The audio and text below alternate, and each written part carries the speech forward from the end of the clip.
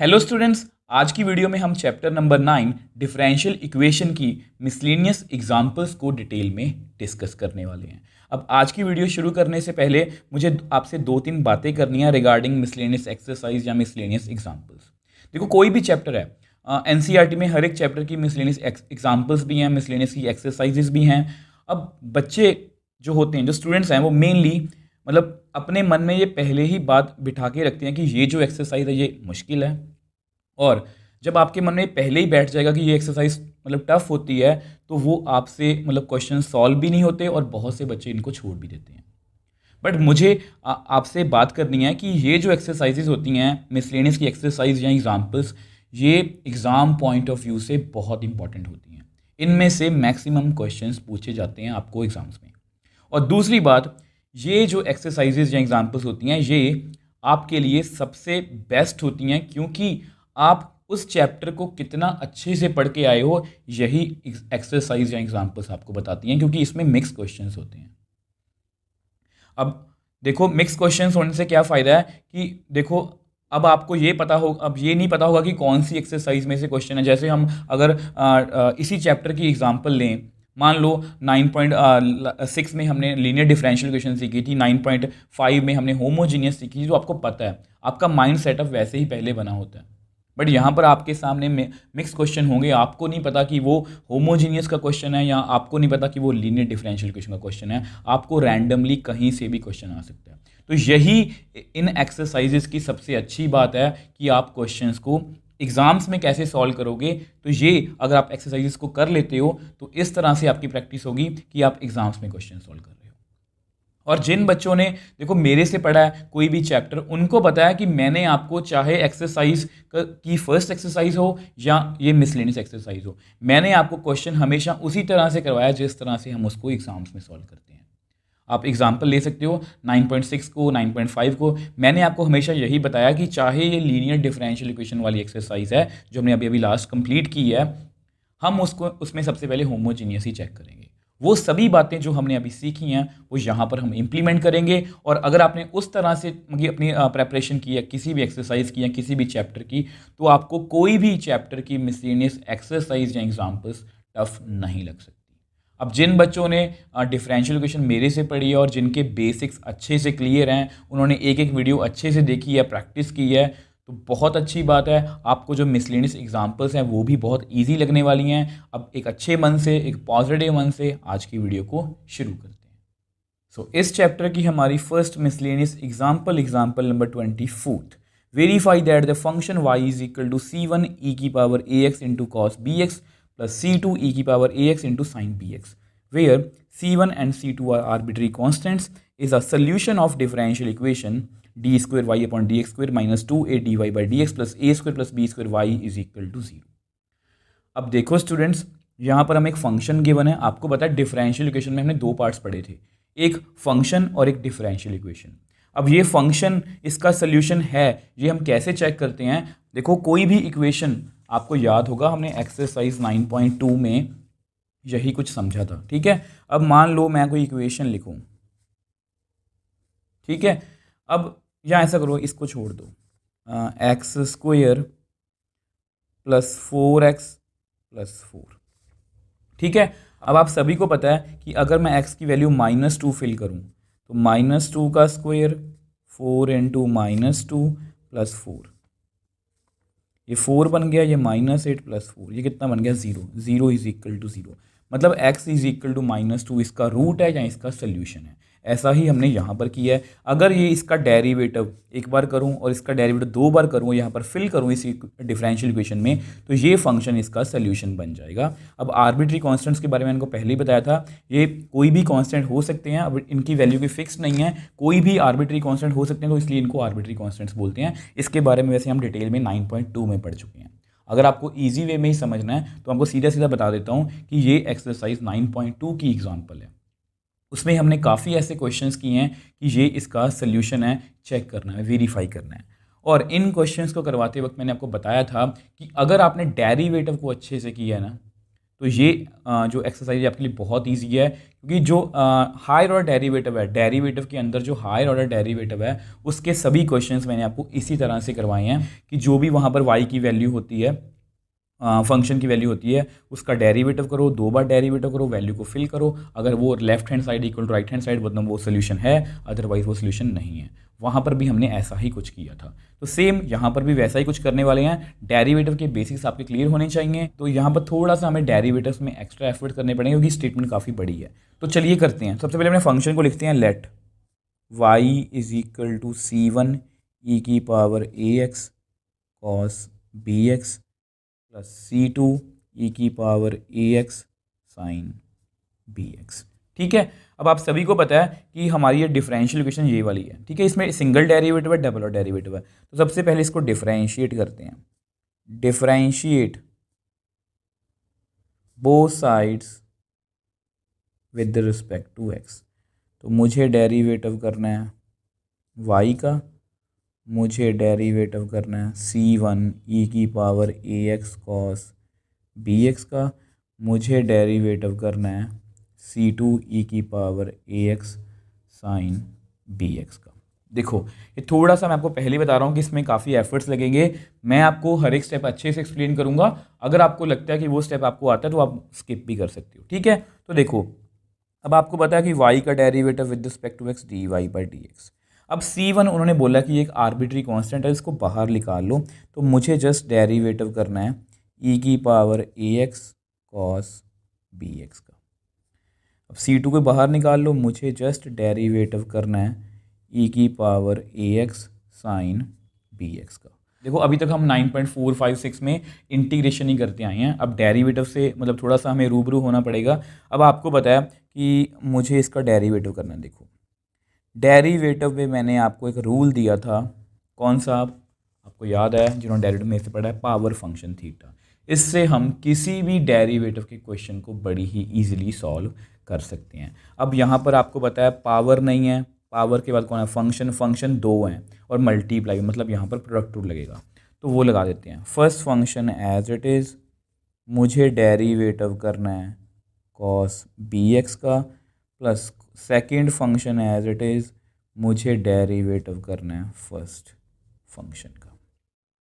तो सेम यहाँ पर भी पावर नहीं है, मैं 1 है, इग्नोर करेंगे। उसके बाद फंक्शन कौन है, सेम वही 2 फंक्शन है, मतलब यहाँ पर हम प्रोडक्ट रूल लगाएंगे। First function as it is, मुझे डेरिवेटिव करना है साइन bx का, plus sine bx as it is, मुझे डेरिवेटिव करना है फर्स्ट फंक्शन मतलब e की पावर ax का। ठीक है, अब ऐसा करते हैं, इसको नेक्स्ट पेज पे हम सॉल्व कर लेते हैं। अब देखो, हम यहाँ पर पहुँच गए, तो थोड़ा सा डेरिवेटिव करते हैं और ठीक है, ध्यान से करेंगे c1। अब देखो, आपकी जस्ट नॉलेज के लिए बता देता हूँ कि इतनी स्टेटमेंट देके में डरना नहीं है, हमें जस्ट अपना फोकस जो यहाँ पर, यहाँ पर, यहाँ पर और यहाँ पर, मतलब 4 जगह पर हमें ध्यान रखना है। बाकी टर्म्स को हमें कॉपी करना है, तो इसको कॉपी कर दो। अब पावर कितनी है, 1 छोड़ देंगे। फंक्शन कौन है, कॉस। कॉस एंगल का डेरिवेटिव कितना होता है, मैं कभी भी इसको एक्स नहीं बोलता, हमेशा एंगल बोलता हूँ अगर आपने मेरे से डेरिवेटिव करा है। तो मुझे डेरिवेटिव करना है फंक्शन कौन है, साइन। कॉस, कॉस एंगल का डेरिवेटिव माइनस साइन एंगल। अब इसके बाद डेरिवेटिव ऑफ एंगल, वो करना जरूरी होता है। ठीक है, अब कॉस bx को एज इट इज़ लिख दो। अब मुझे डेरिवेटिव करना है ई एंगल का। ई एंगल का derivative E angle then derivative of angle. अगर आप इस तरह से करोगे तो कोई भी मिस्टेक नहीं होगी। Plus c2। अब फिर से ई ए एक्स को ऐसे ही लिख दो। पावर कितनी है, 1 छोड़ देंगे। फंक्शन कौन है, साइन bx। साइन एंगल का डेरिवेटिव आपके सामने है, cos angle then derivative of angle. ठीक है, plus sine bx as it is, same E angle का derivative E angle derivative of angle. ठीक है, अब आगे चलते हैं। तो which implies D Y by D X is equal to c1। अब इसको माइनस को बाहर लिख लो, माइनस साइन bx ई की पावर ax। अब bx का डेरिवेटिव अब आपको पता ही है, मैं आपको रफ में करके दिखा देता हूँ। डेरिवेटिव ऑफ bx, अब b कांस्टेंट है, बाहर लिख लो। मुझे डेरिवेटिव करना है x का। x का derivative with respect to x 1 होता है, तो यहाँ पर कितना आएगा b। ठीक है, यहाँ पर कितना आएगा b, plus cos bx E की पावर ए एक्स, यहाँ पर भी सेम ए एक्स का डेरिवेटिव कितना आएगा ए, तो ये हमारा हो गया प्लस सी टू। सेम यहाँ पर ई A X cos B X का अगेन डेरिवेटिव कितना आएगा B, sine B X E A x का डेरिवेटिव अगेन कितना आएगा ई। तो मैंने एक बार डेरिवेटिव इसका कर लिया। अब आपको याद होगा मैंने आपको हमेशा बताया है कि अगर हम यहीं पर इसको फिर से, क्योंकि हमें दो बार डेरिवेटिव करना है, डेरिवेटिव करने बैठेंगे तो यहाँ पर भी प्रोडक्ट रूल लगेगा, यहाँ पर भी, यहाँ पर भी, यहाँ पर भी, काफ़ी नंबर ऑफ टर्म्स इंक्रीज हो जाएंगी। तो थोड़ा सा इसको सॉल्व करने की कोशिश करते हैं। जैसे इसको सॉल्व कैसे करेंगे, ध्यान से देखो, sine B x, cos B X. तो ऐसा करते हैं, ये साइन बी एक्स और साइन बी एक्स इन टर्म्स को इकट्ठा करने की कोशिश करते हैं। ठीक है, ये आपके ध्यान में होना चाहिए। ऐसा करते हैं, पहले से इसको मल्टीप्लाई कर लेते हैं। तो मैं डायरेक्ट भी कर सकता हूँ क्योंकि आपकी एनसीईआरटी ने डायरेक्ट किया है। आप ये भी बोल सकते हो सर एनसीईआरटी ने एक स्टेप में ही, दो स्टेप्स में ही ख़त्म कर दिया। देखो उन्होंने ख़त्म कर दिया, बट हो सकता है कि कईयों को वो समझ ही ना आया हो कि कैसे किया, इसलिए मैं आपको डिटेल में बता रहा हूँ। ठीक है, तो यहाँ पर कितना आएगा, ऐसा करो इन कॉन्स्टेंट को इकट्ठे लिख लो, बी सी वन, ठीक है, माइनस ई की पावर ए x sine B x, same way से plus A C one E की पावर ए एक्स कॉस बी एक्स, ये इकट्ठा लिख लिया। तो यहाँ पर भी करो, बी सी टू ई की पावर ए X cos B x, same way से ए सी टू ई की पावर ए एक्स साइन बी एक्स। अब मैं आपको बता सकता हूँ कि मैं ये वाली टर्म और ये वाली टर्म, ग्रीन में टर्म्स देख लो आप, तो मैं इनको इकट्ठा कर रहा हूँ, मैं इनको ग्रीन में ही लिख देता हूँ ताकि आपको याद रहे कि हमने इनको इकट्ठा किया। ठीक है, देखो यहाँ से ना आप ऐसा करो, ये ई की पावर ए एक्स ना सभी में से कॉमन आ रहा है, तो इसको कॉमन ही निकाल लो। ठीक है, अब अंदर कितना रह गया, आप जस्ट ग्रीन वाली टर्म्स को देखो, साइन बी एक्स, तो यहाँ पर कितना है, A C two minus B C one, A C two minus B C one sine B X. तो यहाँ से मैंने साइन बी एक्स को कॉमन ले लिया, minus B C one A C two sine B x. ठीक है, तो मैंने ग्रीन में लिखा है। अब इनको मैं रेड में लिख देता हूँ ताकि आपको याद रहेगा। ठीक है, ई ए एक्स तो बाहर ही है, तो मेरे पास कितना रह गया, देखो कॉस बी एक्स को कॉमन ले लेना, अंदर कितना आ गया, A C one plus B C two cos B x. ठीक है, तो अल्टीमेटली हमारे पास जो इतनी बड़ी टर्म थी उसको मैंने कंबाइन करके इतना लिख लिया। ठीक है, अब हमें इसको एक बार फिर से डेरिवेटिव करना पड़ेगा क्योंकि हमें यहाँ पर क्वेश्चन में D square Y upon D x square की वैल्यू को भी ढूंढना है। ठीक है, तो वो कर लेते हैं। तो देखो, differentiate again both sides with respect to x. तो मुझे डेरिवेटिव करना है D Y by D X का, मुझे डेरिवेटिव करना है फिर से ई की power A X A C two minus B C one sine B X plus A C one plus B C two cos B x. ठीक है, bracket close, पड़ी ब्रैकेट क्लोज। अब देखो इनको देख के घबराना मत, ये कांस्टेंट ही है, ये डेरिवेटिव में से बाहर ही हो जाएंगे। ठीक है, अब ऐसा करते हैं, इसको हम नेक्स्ट पेज पे सॉल्व कर लेते हैं। अब देखो हम यहाँ पर पहुँच गए थे, तो यहाँ पर आपको पता है ये कितना बनेगा, D square Y upon D x square. अब इसका डेरिवेटिव करना है। अब सबसे पहले पावर कितनी है, 1, तो पावर के बाद फंक्शन के पास जाएंगे। अब ध्यान से देखो, ये फर्स्ट फंक्शन है और ये कम्प्लीटली एक सेकेंड फंक्शन है। ठीक है, ये एक फंक्शन है, ये एक फंक्शन, दोनों आपस में मल्टीप्लाई में है, मतलब यहाँ पर हमें प्रोडक्ट रूल लगाना पड़ेगा। तो first function as it is, मुझे डेरिवेटिव करना है सेकंड फंक्शन का। सेकंड फंक्शन ये सारा है। ठीक है, मैंने को पहले ही बोला इसकी लेंथ पे मत जाना, ये सारे कॉन्स्टेंट्स ही हैं, ये बाहर ही आ जाएंगे। ठीक है, तो मुझे इसका डेरिवेटिव करना है प्लस, अब उसके बाद क्या होता है, second function as it is. अब मुझे बेसिकली इसको एज इट इज़ लिखना है, तो इसको मैं एज इट इज़ लिख देता हूँ, साइन बी एक्स। मुझे पता है कि ये इसमें नंबर ऑफ़ टर्म्स ज़्यादा हैं, बट अगर आप थोड़ा सा भी कंसंट्रेशन से करोगे तो आपको ये मुश्किल नहीं लगेगा। जस्ट इसमें कंफ्यूजन हो रही है और कोई बड़ी बात नहीं है। तो डेरिवेटिव ऑफ फर्स्ट फंक्शन मतलब ई की पावर ए एक्स। ठीक है, अब ध्यान से फिर से मेरी बात सुनना। देखो, हमेशा आपको मोटिवेट करूँगा कि अब आपका ध्यान सिर्फ यहाँ पर और यहाँ पर। ठीक है, अब दो टर्म्स पर हमारा ध्यान होना चाहिए। देखो, इसको हमें कॉपी करना है। तो सबसे पहले देखो D square Y upon D x square. अब आपको पता है ई ए एक्स को आपको कॉपी करना है।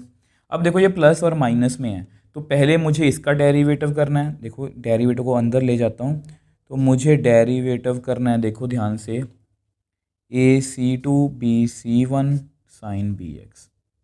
ठीक है, प्लस मुझे डेरिवेटिव करना है A C one plus B C two, इसको ऐसे लिख लो, A C one B C two cos B X.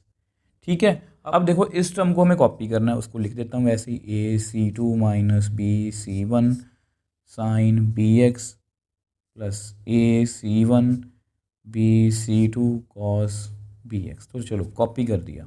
अब आपको पता है ई पावर कितनी है, वन, छोड़ देंगे। फंक्शन कौन है, ई एंगल।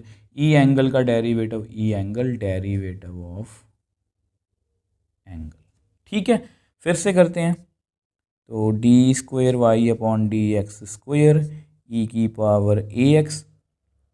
ठीक है, तो ध्यान से देखो, अब ये जो टर्म है ना, ये जो टर्म है ये कांस्टेंट है, ये एक कांस्टेंट है। और मैं आपको हमेशा बोलता हूँ कि कांस्टेंट को आप बाहर निकाल लो। तो कांस्टेंट को आप बाहर निकाल लो, तो मुझे डेरिवेटिव करना है साइन बी एक्स का। तो कांस्टेंट को आप बाहर निकाल लो, मुझे डेरिवेटिव करना है कॉस बी एक्स का। ठीक है, अब इसको भी एज सच लिख दो, A C two minus B C one, इसको वैसे ही लिख लो। देखो, फिर से कहूँगा कि ऐसे मत सोचना कि क्वेश्चन बहुत लेंथी हो रहा है। देखो, मुझे आपको एक्सप्लेन करना है ताकि आपको समझ आए। एनसीईआरटी वालों ने तो जस्ट जल्दी से डेरिवेटिव कर दिया, अपना काम ख़त्म कर लिया, बट हमारा काम यहाँ ख़त्म नहीं हुआ। अब ए एक्स का डेरिवेटिव मैंने आपको पहले भी बताया था कि देखो, ए कांस्टेंट है, इसको बाहर लिख लो, मुझे डेरिवेटिव करना है एक्स का, और एक्स का derivative with respect to X कितना होता है, वन। तो यहाँ पर जस्ट ए ही आएगा। तो अब जस्ट हमें यहाँ पर देखो कंसंट्रेट करना है, यहाँ पर और यहाँ पर, बाकी सारा कुछ हो गया। अब इनके डेरिवेटिव हम पहले ही कर चुके हैं, तो ज़्यादा टाइम इस बार नहीं लगाएंगे। ई ए एक्स, तो A C two minus B C one. अब साइन एंगल का डेरिवेटिव मैं आपको पहले भी बता चुका हूँ। साइन एंगल का डेरिवेटिव देखो, यहाँ पर मैं स्टेप नहीं करूँगा, cos angle derivative of angle. अब एंगल का अब आपको पता ही है, बी बाहर, एक्स का derivative with respect to X one, तो cos B x into B. तो मैं यहाँ पर डायरेक्टली यही लिखूँगा, cos B x into B plus A C one plus B C two. अब कॉस एंगल का डेरिवेटिव कितना आएगा, minus sine angle derivative of angle. Angle कितना है, बी एक्स।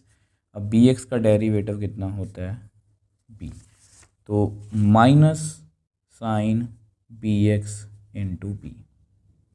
ठीक है, प्लस अब यहाँ पर लिख लेते हैं A C two minus B C one sine B X plus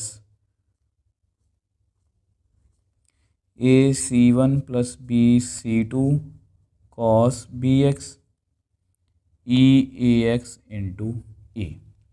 ठीक है, अब हमारा डेरिवेटिव जो है वो कंप्लीट हो चुका है। अब जस्ट हमें थोड़ा सा इसको कंपाइल करना है ताकि हम वैल्यूज़ को फिल कर पाएँ। अब देखो, हम यहाँ पर पहुँच गए थे, थोड़ा सा इसको कंपाइल करने की कोशिश करते हैं जिस तरह से हमने सिंगल ऑर्डर डेरिवेटिव में भी किया था, क्योंकि अल्टीमेटली हमें सभी वैल्यूज़ को फिल करना है। ऐसा करो, ई की पावर ए एक्स दोनों तरफ है तो कॉमन ले लो।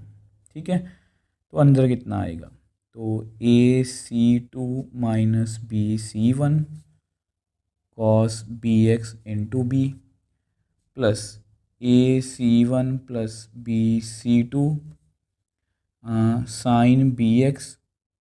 अब इसका जो माइनस है वो मैंने माइनस 20 के साथ लिख दिया। ठीक है, प्लस इसको यहाँ पर लिखते हैं AC2 minus BC1 sine BX। ठीक है, EAX बाहर है ना, तो इसका जो A है उसको अंदर मल्टीप्लाई कर लो, तो यहाँ पर लिख लो आप A। तो इस A को मैंने अंदर मल्टीप्लाई कर लिया। अब सेम वे से AC1 plus BC2 cos BX into A, bracket closed. तो अब मैंने कंबाइन करने की कोशिश की है। अब ऐसा करते हैं, अब देखो फिर से वही बात जिस तरह से हमने सिंगल और डेरिवेटिव में किया था, साइन वाली टर्म्स को कंबाइन करने की कोशिश करेंगे। तो ऐसा करो, इस B को पहले मल्टीप्लाई करते हैं। ठीक है, तो कितना आएगा हमारे पास e की पावर ax। तो इस b को अंदर मल्टीप्लाई कर लो, ABC2 minus B square C1 cos BX। अब इस माइनस को अंदर मल्टीप्लाई करना, माइनस ABC1 माइनस b को इससे करोगे तो minus B square C2 sine BX। तो ये हो गया। अब इसको करते हैं a से, a square C2 minus ABC1 sine BX। Same way से इसको भी कर दो, a square C1 plus ABC2 cos BX।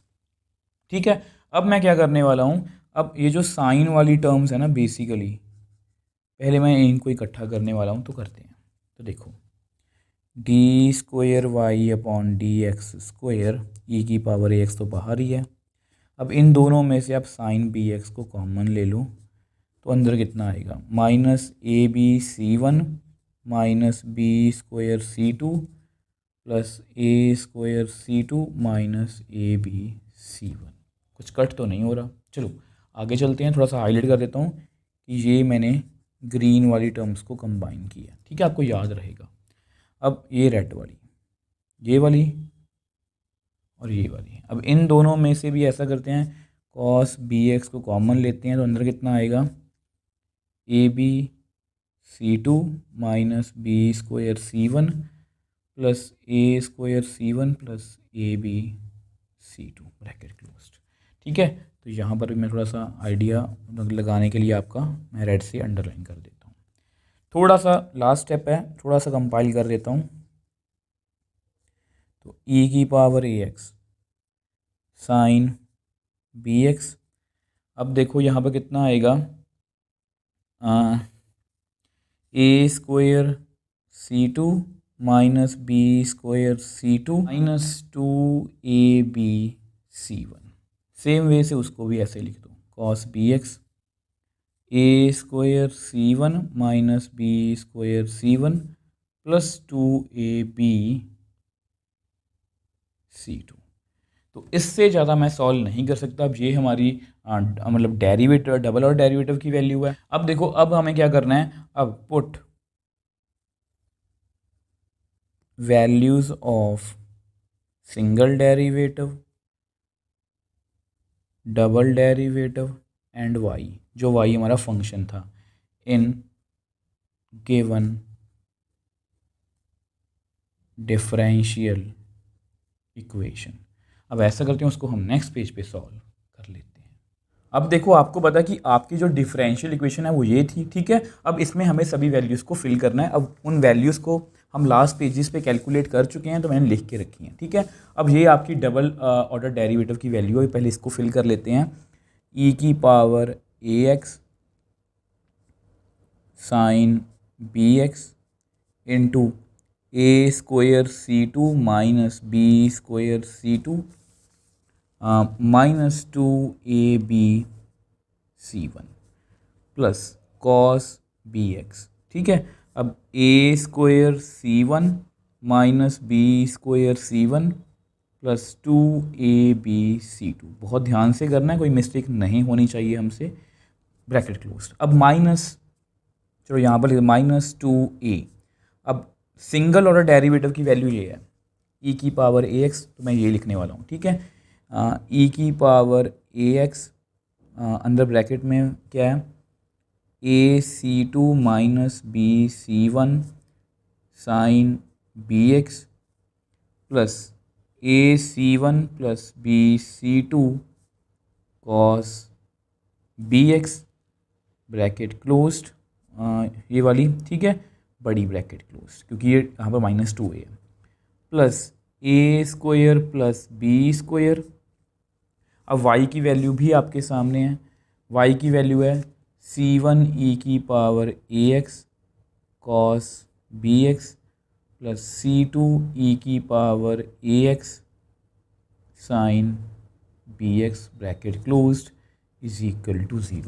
तो बेसिकली ये जो लेफ्ट हैंड साइड है हमारी, ये हमारी कट होके राइट हैंड साइड के इक्वल बननी चाहिए, मतलब 0 बननी चाहिए। अब देखो यहाँ पर थोड़ा सा ध्यान से सॉल्व करेंगे, क्योंकि एनसीईआरटी ने तो एक दो स्टेप्स में ही इसका काम जो है वो ख़त्म कर दिया, उन्होंने काफ़ी कट शॉर्ट किया है ई की पावर ए एक्स। अब देखो ये इसको मैं फाइनल सॉल्व कर चुका हूँ, इसमें मैं ज़्यादा चेंजेस नहीं करूँगा, इसको मैं ऐसे ही लिख रहा हूँ फिर से। अब लिखना पड़ेगा क्योंकि हमें क्वेश्चन तो कंप्लीट करना ही है, तो एक बार इसको वैसे ही लिख लेते हैं। Cos B X A square C one minus B square C one plus 2ab C2 bracket closed. ठीक है, मैं इस 2a को ना, इस e की पावर ax को फिर से बाहर लिख लो। ठीक है, ये आपको दिखाने के लिए है, e की पावर ax बाहर लिख लिया। अब माइनस 2a को आप ऐसे 2a को अंदर मल्टीप्लाई कर लो। अगर आप 2a को इससे मल्टीप्लाई करो कितना आएगा, 2a स्क्वायर C2। इसको करना जरा, माइनस 2ab C1, साथ में क्या है साइन bx। सेम वैसे इस 2a को इसके साथ कर दो, कितना आएगा 2a square C1 2ab C2, साथ में क्या है cos bx। तो ये मैंने क्लोज कर दिया। अब सेम वेस ना ऐसा करो, इन दोनों में से भी ना आप ई ax को कॉमन ले लो बाहर, तीनों में से ई एक्स कॉमन आ गया, अच्छी बात है। अब इसको आप अंदर मल्टीप्लाई कर लो, A square C1 plus B square C1, अब उसके साथ में क्या है cos bx। सेम इसके साथ कर लो, A square C2 plus B square C2, अब साथ में क्या है sine bx is equal to 0। तो ये मैंने थोड़ा सा इसको सॉल्व करने की कोशिश की है। अब देखो, अब तीनों में से ई ए एक्स बाहर आ रहा है, तो तीनों में से मैं ई ए एक्स को इकट्ठा कॉमन ले लेता हूँ, यहाँ बड़ी ब्रैकेट डाल लेता हूँ। अब ध्यान से देखना मेरे पास क्या क्या रह गया, साइन bx, फिर से एक स्टेप फालतू ही करना पड़ेगा, a square C2 minus B square C2 minus 2ab C1, just आपको दिखाने के लिए। ठीक है, cos bx a square C1 minus B square C1 plus 2ab C2। अब यहाँ से ई ए एक्स बाहर आ गया, तो यहाँ पर कितना रह गया minus 2a square C2 minus 2ab C1 sine bx। ये कितना बन जाएगा माइनस 2a स्क्वायर C1। देखो मुझे भी पता है क्वेश्चन मुश्किल है, मैं भी बहुत ध्यान से कर रहा हूँ कि मुझसे भी कोई मिस्टेक ना हो जाए। ठीक है, नहीं तो मुझे भी थोड़ा दोबारा से करना पड़ेगा। अब ये माइनस को अंदर ले गया, अब इसकी बारी है, अब इसको तो ऐसे लिख लो, plus a square C1 plus B square C1 cos bx plus a square C2 plus B square C2 sine bx बड़ी ब्रैकेट क्लोज। तो मैंने सारे में से ई ए एक्स बाहर निकाल लिया इज इक्वल टू 0। अब मैं आपको अभी समझा देता हूँ मैं करने क्या वाला हूँ। मैं क्या करने वाला हूँ, साइन बी एक्स इकट्ठा करूँगा, कॉस बी एक्स और कॉस बी एक्स को इकट्ठा करूँगा, और ये सभी टर्म जब आपस में कैंसिल आउट हो जाएंगी तो हमारे पास 0 ही आएगा अगर हमने सही किया। और मुझे पक्का पता है हमने एक एक स्टेप को बहुत ध्यान से किया है, तो हमारा जो आंसर है वो भी सही आएगा। अब उसको हम नेक्स्ट पेज पे सॉल्व कर लेते हैं।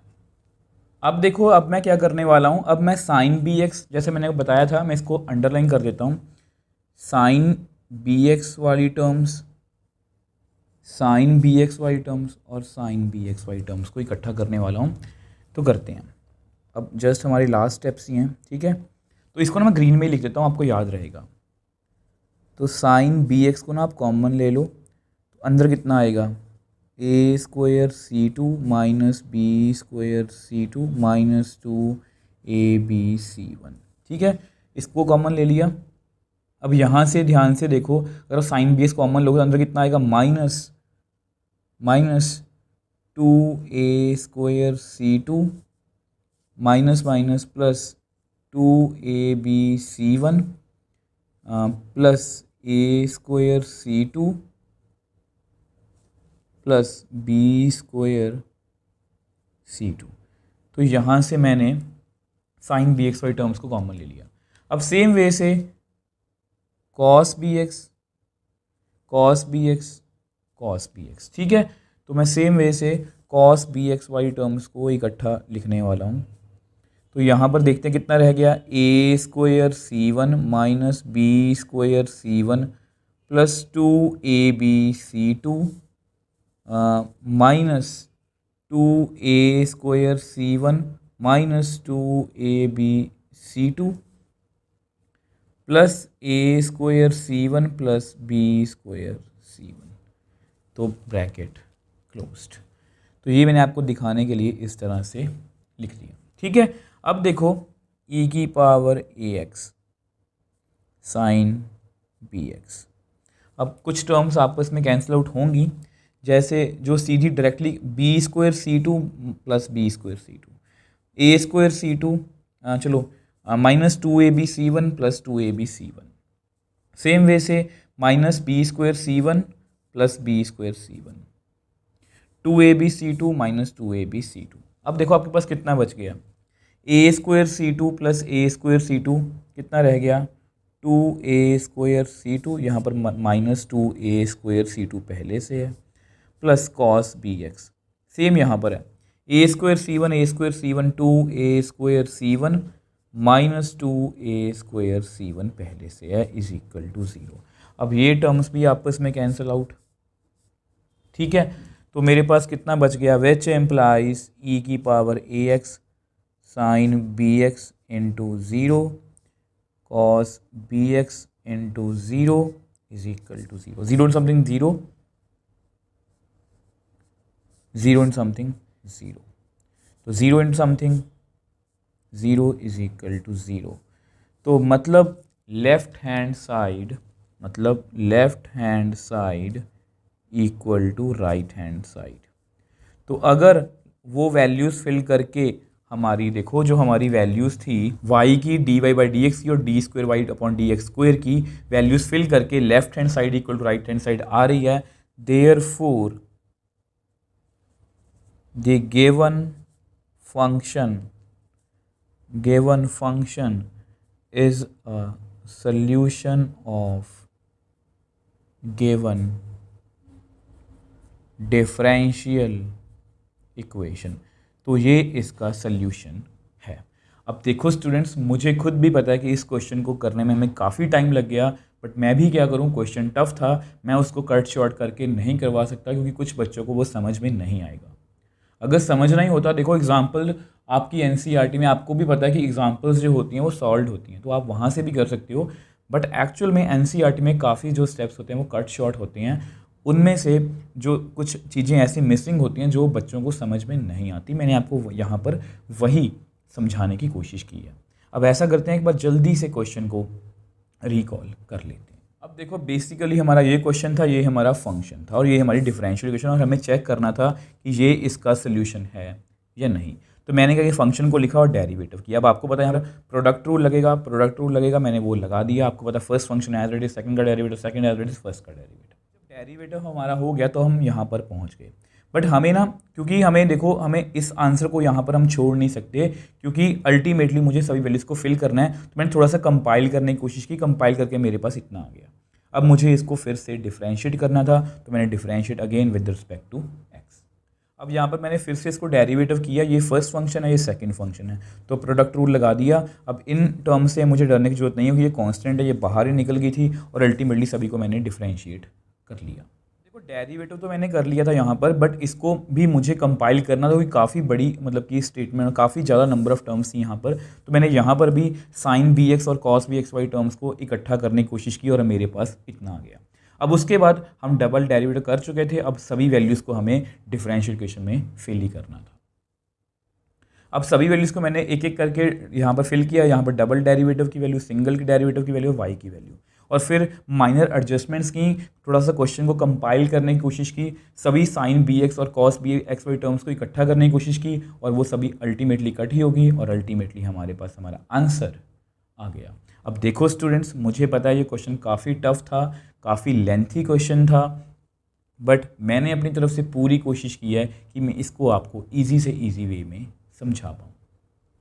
सो नेक्स्ट एग्जाम्पल 25 की बात कर लेते हैं। Form the differential equation of family of circles in the second quadrant and touching the coordinate axis. अब देखो स्टूडेंट्स, यहाँ पर हमसे डिफरेंशियल इक्वेशन को फॉर्म करने को बोला गया है। तो अगर आप इसको ध्यान से देखो तो ये बेसिकली एक्सरसाइज 9.3 के क्वेश्चंस हैं। एक्सरसाइज 9.3 में हमने जितने भी क्वेश्चंस किए थे वो हमने फॉर्मेशन वाले किए थे। देखो मैं आपको थोड़ा सा रिकॉल करवाना चाहता हूँ।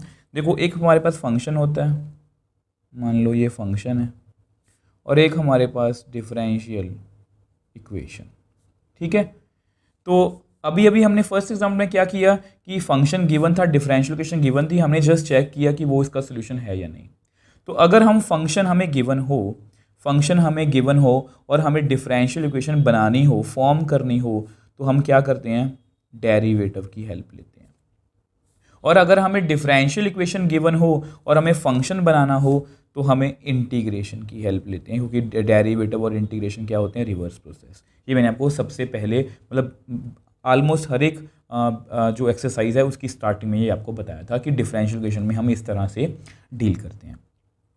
अब देखो बेसिकली हमें फंक्शन से डिफरेंशियल इक्वेशन में जाना है। अब यहाँ पर एक क्वेश्चन है कि यहाँ पर तो हमारे पास फंक्शन भी गिवन नहीं है, तो हम फंक्शन कैसे बनाएंगे।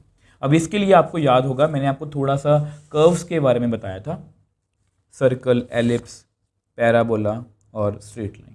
वैसे हमें यहाँ पर इन सब की इस एग्जाम्पल में ज़रूरत नहीं है, बट सर्कल के बारे में आपको इतना पता होना चाहिए कि ये सर्कल की स्टैंडर्ड इक्वेशन होती है, x माइनस एच का whole square, y minus k का whole square is equal to r square, वे एच और के क्या होते हैं, सेंटर, आर क्या होती है, रेडियस।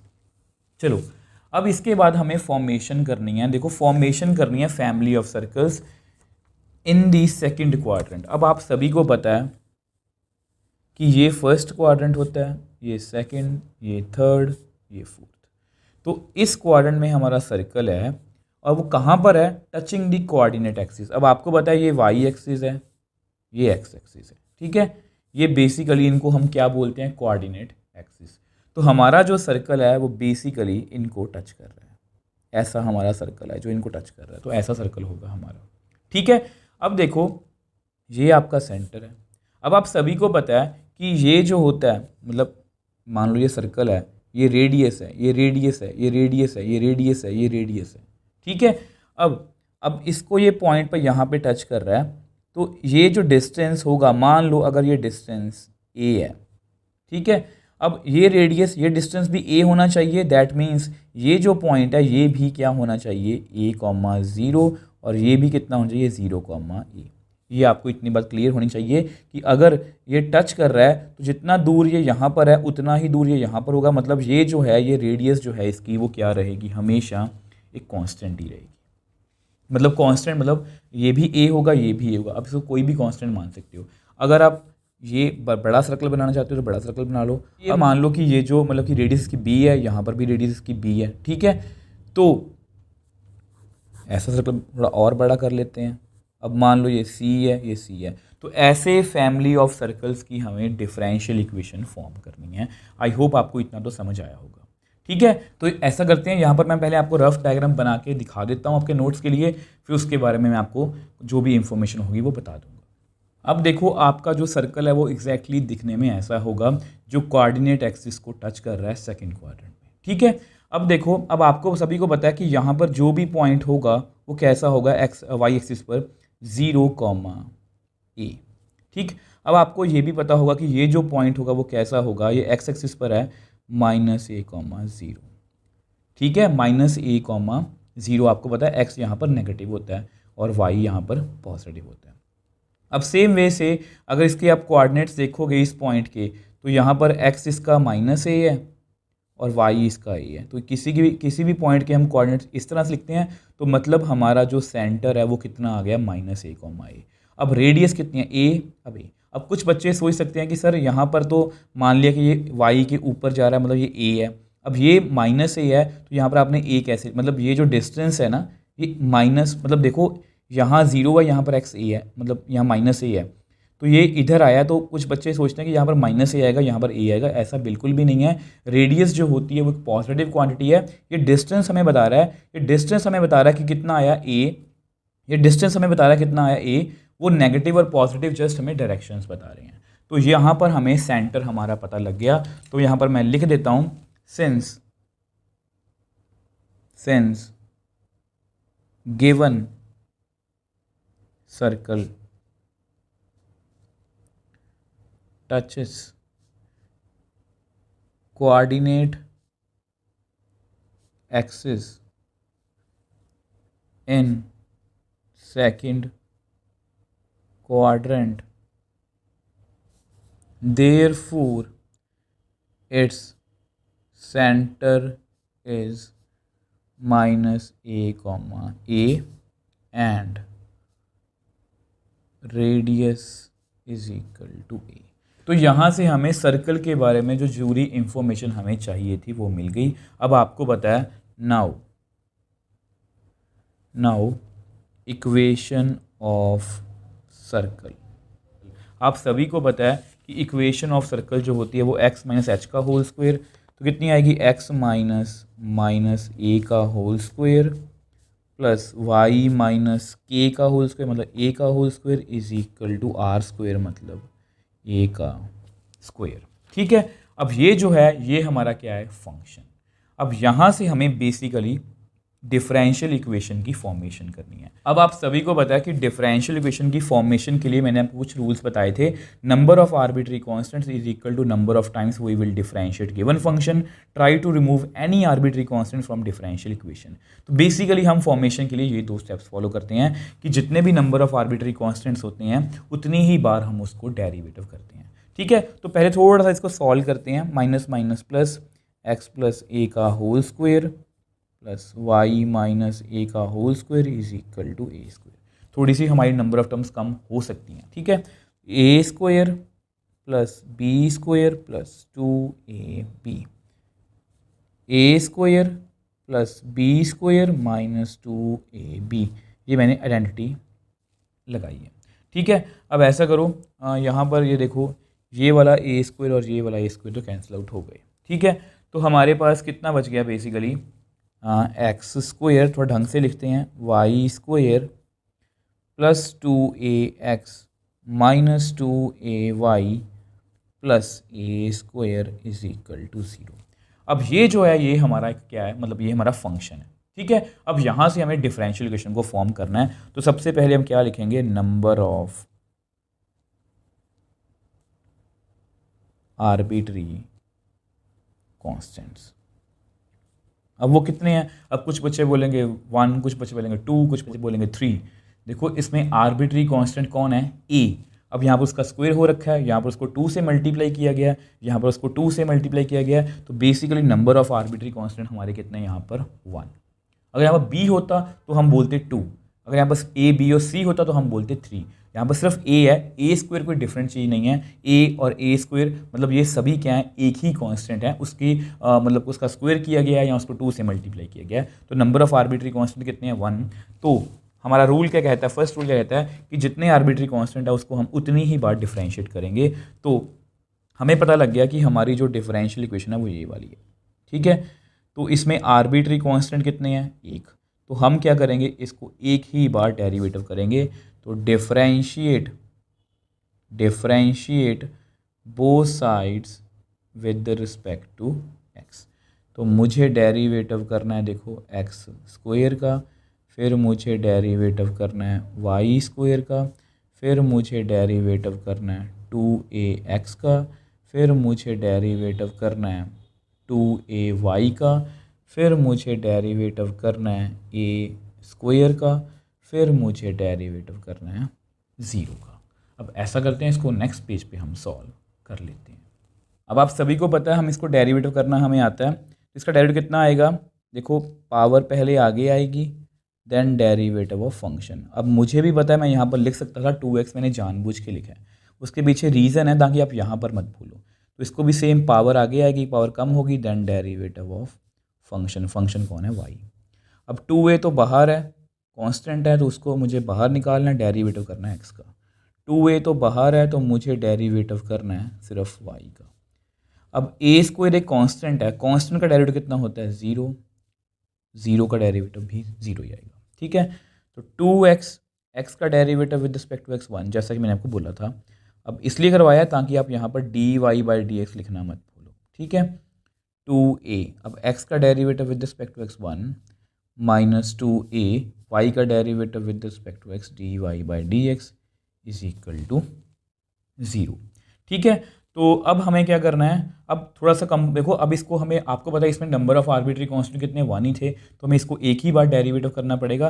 तो एक बार डेरिवेटिव हमने कर लिया, बट हमें अभी कांस्टेंट्स को रिमूव करना पड़ेगा, क्योंकि हमारी डिफरेंशियल इक्वेशन में अभी भी जो कांस्टेंट हैं वो, मतलब आर्बिट्री जो कांस्टेंट है वो है, इनको हमें रिमूव करना पड़ेगा। तो ऐसा करते हैं, इसको थोड़ा सा सेपरेट आउट करने की कोशिश करते हैं। तो आप क्या करो, यहाँ पर 2x + 2y dy/dx इसको अलग से लिख लो, इसको आप उधर ले जाओ तो ये उधर जाके प्लस बन जाएगा। 2a dy/dx इसको उधर ले जाओ -2a। तो इन दोनों में से ना आप 2 को कॉमन ले लो, x + y dy/dx is equal to 2 common ले लो, a dy/dx -a। अब उससे क्या होगा, ये 2 आपस में कट हो जाएगा। ठीक, अब यहाँ से आप एक काम और कर सकते हो, x dy/dx is equal to a common ले लो, तो अंदर कितना आएगा dy/dx -1, क्योंकि बेसिकली मुझे a को ही रिमूव करना है। मतलब आपको पता होना चाहिए कि मैं कोई भी जो स्टेप कर रहा हूँ वो क्यों कर रहा हूँ। तो अगर मैं a को रिमूव करूँगा तो मेरे पास मतलब a की वैल्यू कितनी आएगी, x + y dy/dx divide by dy/dx -1। तो ये मैंने बेसिकली a की वैल्यू को निकाल लिया। अब कांस्टेंट को देखो, किसी भी तरह से मुझे कांस्टेंट को रिमूव करना होता है, क्योंकि यहाँ पर लिखा होता है try to remove any arbitrary constant from differential equation. अब उसको रिमूव करने के लिए मैं क्या करूँगा, इस वैल्यू को जो हमारा गिवन फंक्शन था उसमें फिल कर दूंगा, वहाँ से हमारे सारे जो a हैं वो रिमूव हो जाएंगे और हमारे पास हमारी डिफरेंशियल इक्वेशन जो है वो रह जाएगी।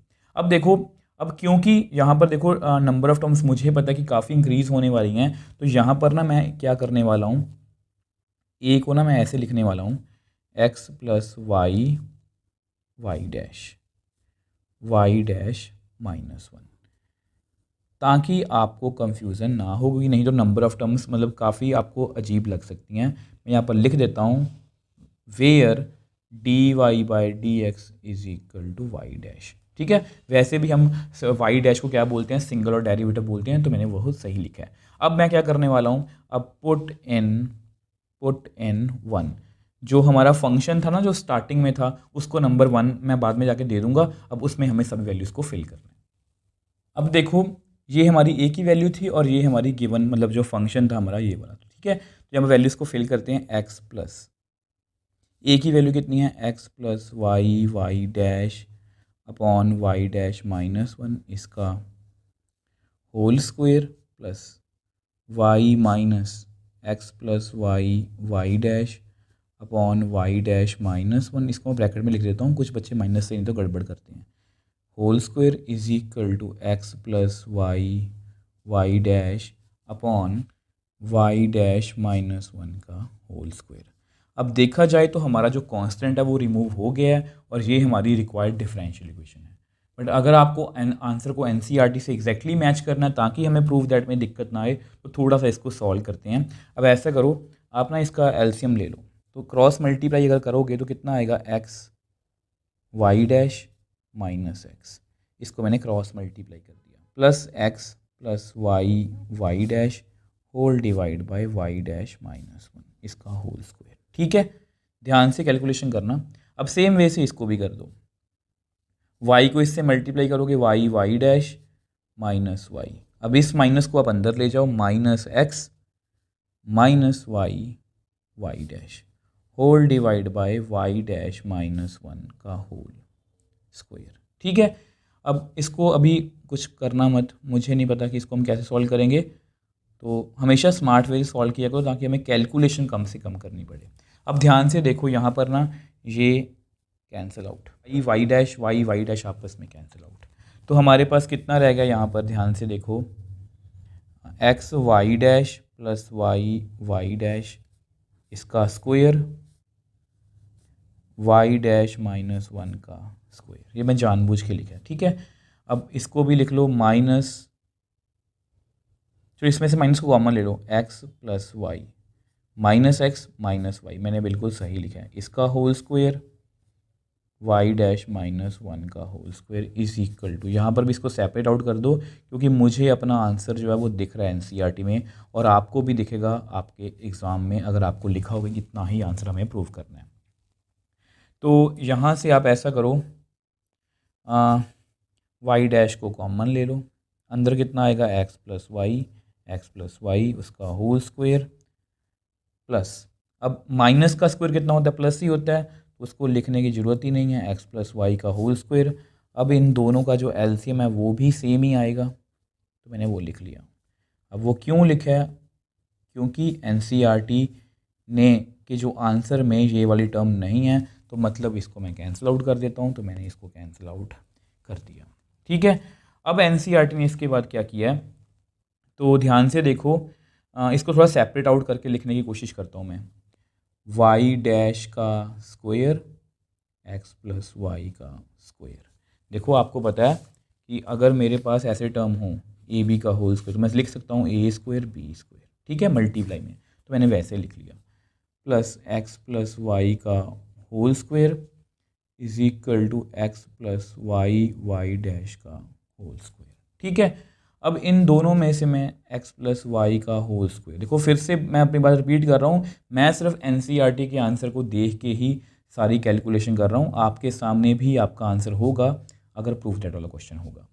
तो यहाँ से x प्लस वाई का होल स्क्वायर कॉमन आ गया, तो वाई डैश का स्क्वायर रह गया plus 1 x plus y y dash का होल स्क्वायर, ठीक है। अब ये जो बेसिकली हमारा आंसर है, ये परफेक्टली एनसीईआरटी से मैच कर रहा है।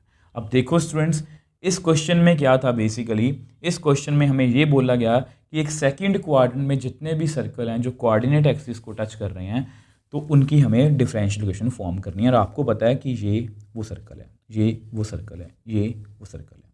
अब सेकंड क्वाड्रेंट में जो पॉइंट होता है, जो सेंटर होगा, उसका एक्स कितना होगा नेगेटिव और वाई कितना होगा पॉजिटिव, तो मुझे अपने सर्कल का सेंटर पता लग गया -a, अब इसकी इक्वेशन भी मुझे पता लग गई थी। अब इसमें आर्बिट्री कांस्टेंट कितने थे, ए, मतलब एक ही आर्बिट्री कांस्टेंट, और मैंने एक बार डेरिवेटिव किया।